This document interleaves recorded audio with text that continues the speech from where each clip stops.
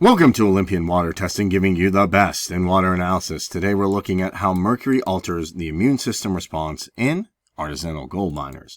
And it's interesting to see what mercury does specifically when it comes to immunity and how it affects that.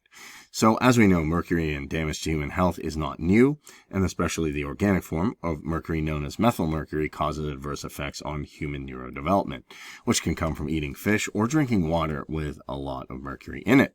Now, most recently, scientists have observed associations between immune system disorders and exposure to both organic and inorganic mercury.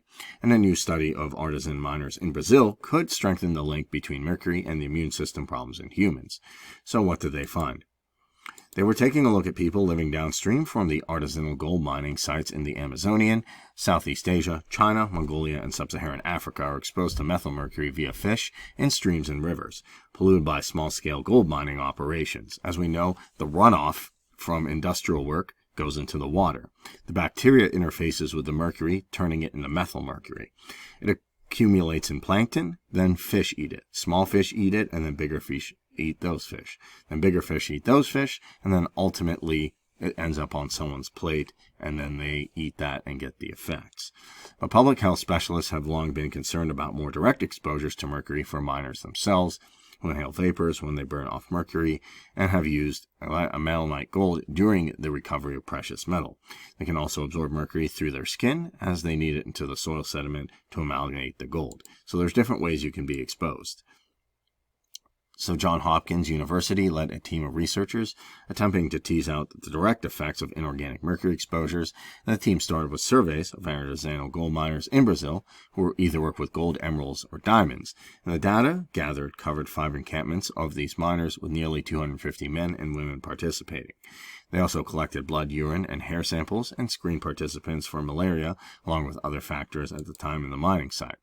So what do they find? After accounting for the infection with malaria, which also stimulates an immune response, the results showed a higher likelihood of ANA, ANOA, being detected in miners currently working with gold compared with those for emeralds and diamonds, who do not use mercury in their work. However, a small amount of gemstone miners, 29%, who reported using mercury in the past, also had detectable levels of ANA, ANOA, or both. And also, since these immune changes that we saw were not related to whether or not the miners were infected with malaria, the effects were most likely exposure from mercury, says co-author Jennifer Nyland of the University of South Carolina School of Medicine. We hope these findings can be applied to other individuals, as mercury is a global problem. Even if we stopped all small-scale mining in Africa or Brazil, there's still plenty of mining of other sources of mercury, including measurable mercury contamination in the western United States from historic gold mining.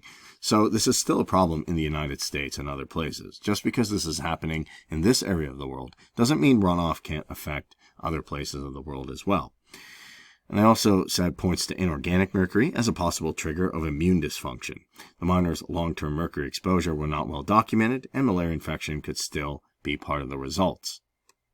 That being said, this is an interesting study, definitely, but we can see that mercury does have a lot of detrimental effects on the immune system from these gold miners, and it can also affect other people in the Western world through water and eating fish. That's why it's always a good idea to protect your immune system to test for elevated levels of mercury.